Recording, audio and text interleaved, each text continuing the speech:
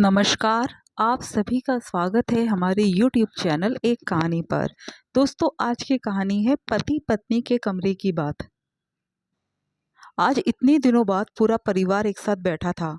ननद मेघा शादी के बाद पूरे 4 महीने बाद मायके आई थी, इसलिए पूरा परिवार एक साथ बैठकर बरामदे में बतिया रहा था।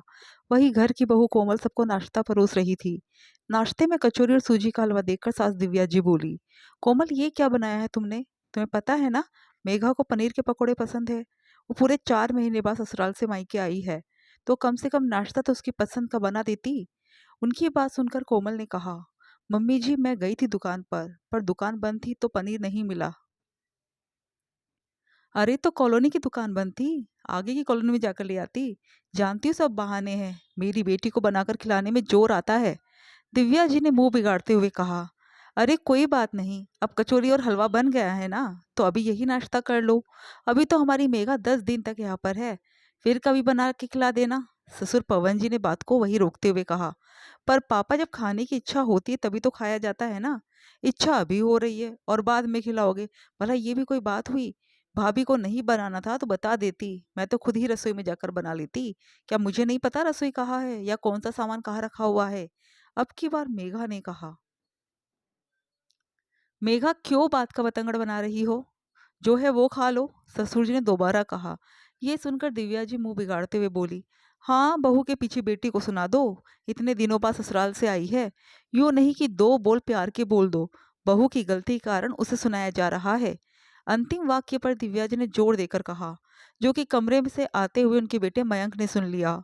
आखिर उसी को सुनाने के लिए तो ये बात कही गई थी। मयंक का गुस्सा तेज है, ये बात दिव्या जी अच्छे से जानती थी, पर फिर भी जानबूझकर अपने बेटे बहू में झगड़ा करवाने में कोई कमी नहीं छोड़ती। और मयंक, वो तो इतना महान है कि जरा जरा सी बात पर बतंगड़ बना देता है। मयंक कमरे से आते हुए बोला, क्या बात है कोमल, तुमने मेघा के लिए पनीर क्यों नहीं बनाया? मुझसे कहती मैं ऑनलाइन ऑर्डर कर देता, मना क्यों किया तुमने? कोमल डरते हुए बोली, मैंने मना नहीं किया है मयंक जी, मैं गई थी कमरे में आपको बोलने के लिए, लेकिन उस समय आप मोबाइल पर किसी से बातें कर रहे थे और आपने ही इशारे से मना किया था कि मैं चुप रहूं, इसलिए मेरे मोबाइल में तो बैलेंस भी नहीं है, इसलिए लेने गई थी। अरे हमसे बोल देती, हम क्या मना कर देते? दिव्या जी ने जानबूझकर बात बढ़ाते हुए कहा, चलो बाद में डिस्कस कर लेना, अभी फिलहाल तो कचौड़ी खाओ, ठंडी हो रही है। पवन जी ने बात पलटने की कोशिश करते हुए कहा, क्यों कचौरी खा ले पापा, जब मेघा की इच्छा है पनीर बनेगा तो पनीर ही बनेगा। इसे क्या पनीर बनाने में जोर आ रहा है जो बहाने ढूंढ रही है? मयंक बीच में ही बोला,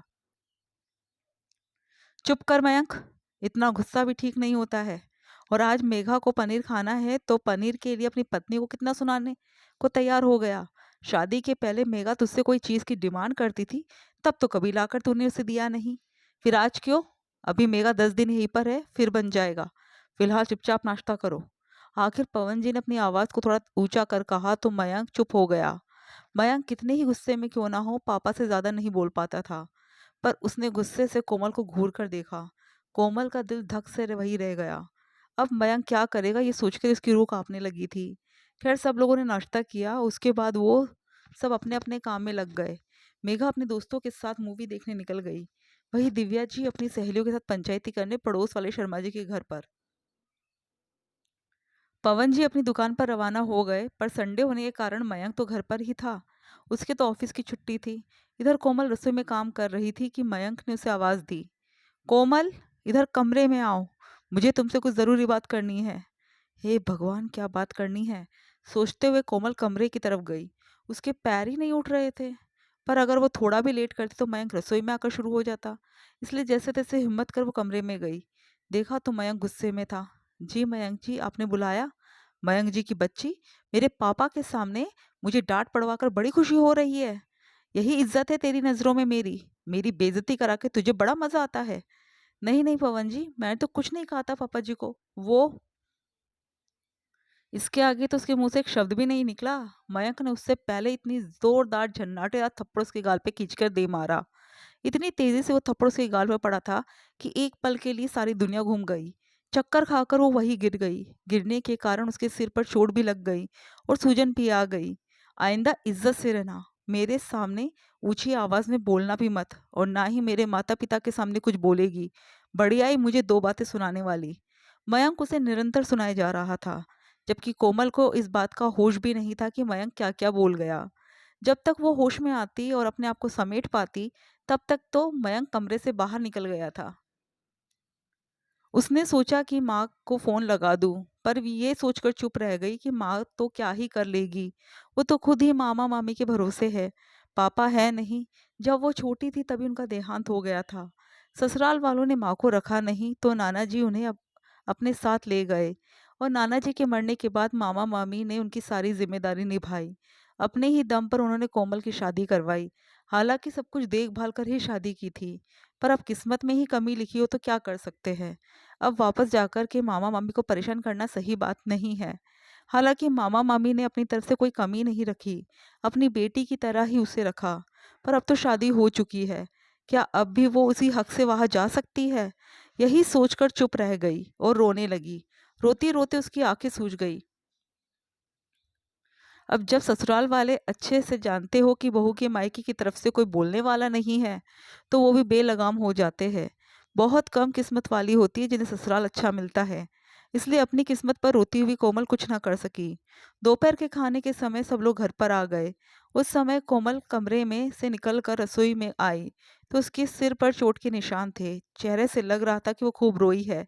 ये देखकर मेघा ने दिव्या जी की तरफ इशारा किया, तो दिव्या जी ने उसे चुप रहने का इशारा किया।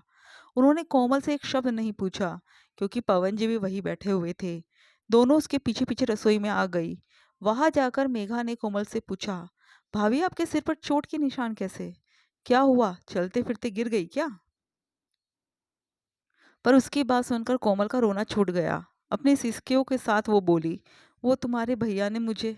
बस कर बहू, अपनी और अपने पति की बातें अपने बेडरूम में रख, यहाँ बोलने की जरूरत नहीं है। और अपने रोने की आवाज़ को कम रख, बाहर तेरे ससुर जी को सुनाई देगा तो अच्छा नहीं लगता। खाना हम परोस देंगे, तू रोटियां सेक, दोपहर के खाने का वक्त हो गया है। दिव्या जी का जवाब सुनकर कोमल हक्की बक्की उन्हें देखती रह गई। अब देख क्या रही है ऐसे, फटाफट रोटियां सेक, हम परोस देंगे बाहर। एक तो खुद ऐसी हरकतें करती है, तुझे पता नहीं है क्या मयंक का स्वभाव कैसा है? फिर भी जानबूझकर उसे जवाब पे जवाब दिए जा रही थी। अब इस बात को यही खत्म कर, ये बात बाहर नहीं जानी चाहिए। घर की बहू हो तुम, घर की बातों को ढक कर रखो। फिर दिव्या जी मेघा से बोली, मेघा तू फटाफट पापा के लिए खाना लगा। अभी भी कोमल उन्हें हैरानी से देखती ही रही, तो उसे साइड में हटाकर वो खुद ही रोटियां सेकने लगी और थाली में डालकर मेघा को देकर बोली, जा तू फटाफट पापा को खाना देकर आ। अब पवन जी ने मेघा को खाना परोसते देखा तो बोले, अरे मेघा, आज सूरज किधर से निकल आया? तू खाना परोस रही है, कोमल कहाँ है? तू तो कभी मदद नहीं करती अपनी भाभी की। बस पापा ऐसे ही, भाभी की थोड़ी तबीयत ठीक नहीं थी तो मैंने सोचा थोड़ी मदद ही कर दूं। मेघा का जवाब सुनकर एक पल के लिए पवन जी हैरानी से उसे देखते रहे।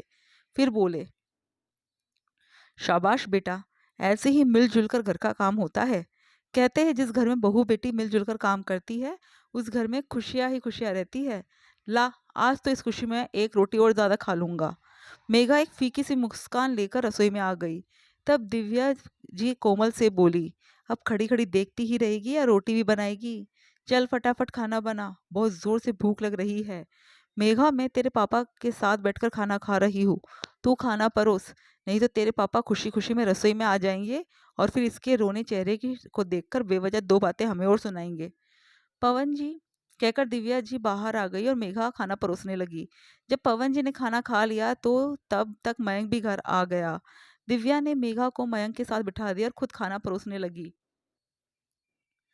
पर एक बार भी कोमल को पवन जी के सामने नहीं आने दिया।